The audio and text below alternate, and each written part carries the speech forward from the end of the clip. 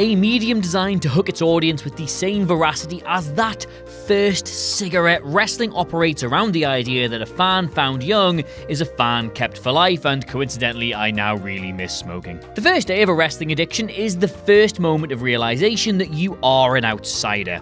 It's a curious but captivating relationship to engage in, but naturally creates a thirst to know more. In keeping with what they do in front of the camera though, wrestlers have traditionally worked really hard to protect the behind-the-scenes secrets as well. But given that they're also prone to going off the rails a bit and doing the odd shoot interview that doesn't always happen nicely, pretty much all of WWE's dirty laundry gets aired eventually. And kayfabe or not, the company would love it, if you just sort of forgot about it. My name is Adam Cleary, and these are 10 seedy WWE stories Vince McMahon wants you to forget. Number 10, Crown Jewel. Yes, sorry, I'm still talking about this. The phrase sports washing was recently coined to describe the ongoing attempts by the Kingdom of Saudi Arabia to reframe how the world views their establishment via the hosting of major sporting events. But WWE's second of 20 shows over the next 10 years was the most crucial for them to get through. They were not so much swimming in controversy as they were drowning in it. As news continued to break on the grisly death of journalist Jamal Khashoggi, the company simply buried their heads in the sand. The show, by the way, was a piece of, but even if it had been WrestleMania 17, it wasn't going to clear the grim cloud hanging above it. Shane McMahon winning a tournament to be crowned best in the world was a troll job at its finest, but whilst Kane's wig fell off in the main event, WWE's mask had slipped weeks before that. Number 9, the post-Bad Blood Monday Night Raw. The sheer heinousness of Vince McMahon's interview with Melanie Pillman is hard to avoid when remembering this. The hugely controversial edition of Monday Night Raw that followed October 1997's Bad Blood in Your House. Taking place a night removed from Brian Pillman's passing, McMahon's cynical grilling of his widow was designed to take some potential heat off the company in the wake of his heart attack. Positioned in the show to grab ratings, it was one of the more disgusting moments in the history of the broadcast, but not even the only regrettable back and forth on that night's show. Just minutes removed from the 10-bell salute to Pillman, Shawn Michaels engaged in a spectacular rant that sounded like he was willing to fight an entire locker room he knew hated him. This all teased out Bret Hart, who himself took on the quartet in the ring with a slew of homophobic slurs. It's all very early Attitude Era, but unlike just about every other clip from that time, it's not one the company willfully lets the world see without a bit of a search. Number 8, changing the lay field of the land. The persistent pressure for WWE to take a more proactive approach to JBL's hazing resulted in the Texan being booted from the SmackDown Live broadcast booth in September 2017. A victory for Mauro Ranallo, several mental health charities, and normal people who just think that bullying is actually bad. Earlier that year, Ranallo was conspicuous by his absence on the blue brand before reports emerged that he was suffering the effects of bipolar disorder. Much of this was tied to the relentless abuse he received from JBL, with Sports Illustrated reporting that Vince McMahon had been under pressure to fire him when the rumours reached the public. McMahon expected the heat to disappear, but fans began relentlessly heckling the former WWE champion with signs and calls for his dismissal. Ranallo was reinstated on NXT while Layfield took ownership of the situation and announced a departure on his own terms. He went away to spend more time working on his charitable endeavours, and everybody here learned a valuable lesson. Except Corey Graves. Number 7, Hulk Hogan. Somehow it seems like WWE have entirely forgiven the Hulkster for the racist remarks that came up in the Gawker trial. It's not all that surprising though, because the man has more lives in that company than a particularly fortunate Buddhist cat. Now, yes, admittedly, he wasn't the only 1980s WWE superstar to use certain performance enhancements, but he was the one who profited most from these gains that were in part ill-gotten. Plus, his decision to lie through his teeth on a talk show appearance in 1991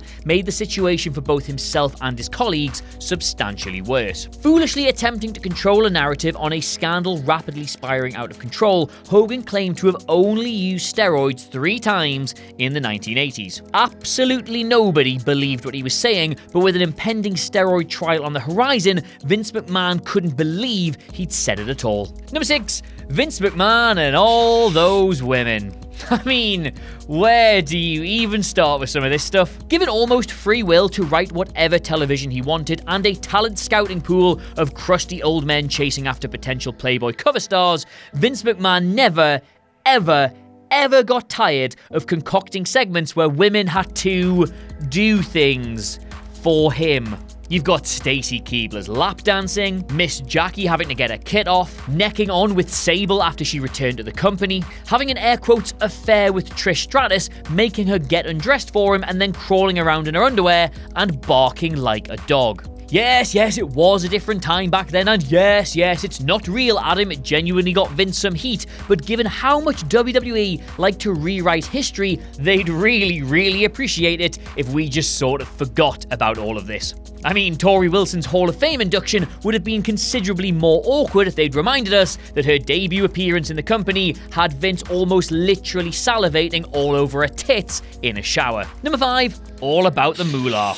Yes, the Fabulous Moolah's complex and problematic past as a promoter didn't come under a great deal of scrutiny in the years following her 2007 death. That was, of course, until WWE decided to push their luck and propel her back into the spotlight. Announcing their first ever women's division WrestleMania pre-show Battle Royal in 2018, the company inexplicably chose Moolah to be the Andre the Giant equivalent. Despite a subtle nod that she might not exactly be the ideal choice for such an honour in the naming of the Mae Young Classic 1 year prior. What should have been historic news was damaged by her association in a backlash seemingly few within the company, or specifically Vince McMahon anyway, saw coming. Hastily retconned after sponsor-led pressure, the previously arranged trophy was changed and any mention of her association with the match was eradicated from any future promotion. Number 4, Stone Cold Worst Week.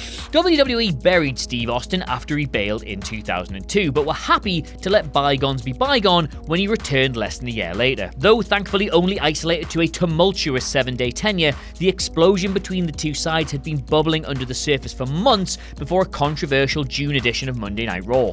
Incensed with the booking of his character after months of creative dissatisfaction, Austin decided not to stick around when informed he'd be putting over Brock Lesnar in a King of the Ring qualifying match. He has since admitted that his physical and mental health had hit a wall at this point, but that couldn't excuse what happened afterwards. Then wife Deborah called the San Antonio police to report him for assault and battery, and Austin was arrested in August and charged with domestic abuse. His fine and community service order was an unpleasant yet deserved blot on his copybook. Number 3, the 1992 sex scandals. Benefiting from the typical indifference to most things pro wrestling, Vince McMahon wants you to forget about this one because just about everybody else in the media did with very little trouble. James Dixon's excellent Titan Sinking book summarizes it as such, noting that the allegations against them were numerous, but all involved the exploitation of young ring boys and promises of more lucrative positions for opening act wrestlers in exchange for sexual favors. Former ring attendant Tom Cole and wrestler Barry Orton, yes, Uncle of Randy,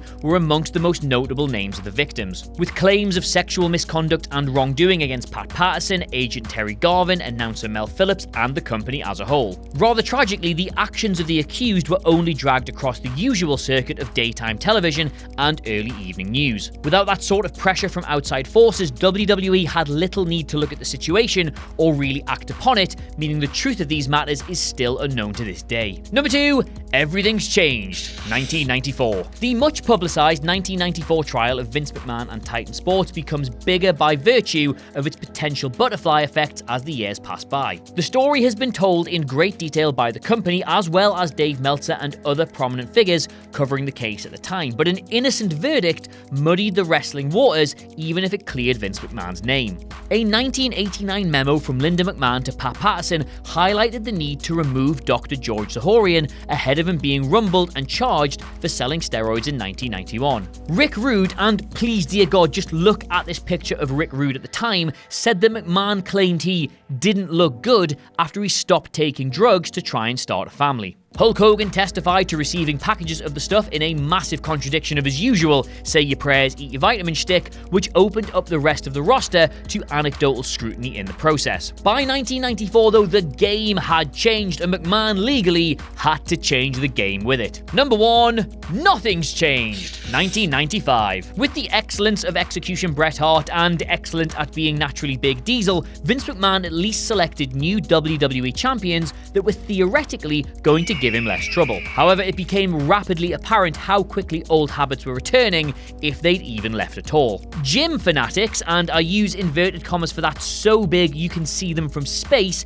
Davey Boy Smith and Lex Luger were paired together. This was a relationship Jim Ross later noted contributed to Luger's unraveling relationship with the organization. Bulldog was partying hard at the time and infamously took a nightclub kicking that shelved him for several months. This was all just in keeping with a company, though, that was delivering increasingly smaller payoffs to talent while expecting them to work an even more intense schedule to make up the deficit. A documentary trailer entitled The Real Max Payne splices together a number of clips of the knackered crew during a 1995 European tour. It is striking for how little non-kayfabe content made it into the wider public sphere at the time, with the full footage never actually released. There are, however, some candid moments that have made it to the internet, and the critical and chemical realities of life at the time are there for all to see. So there you have it, those are 10 seedy WWE stories Vince McMahon wants you to forget. Very sorry, Vince, they made me do it. Let me know what you made of it all in the comments below, and of course don't forget to like, share and subscribe. In the meantime though, thank you so much for watching. I've of course been Adam Cleary, and I will see you soon. Goodbye.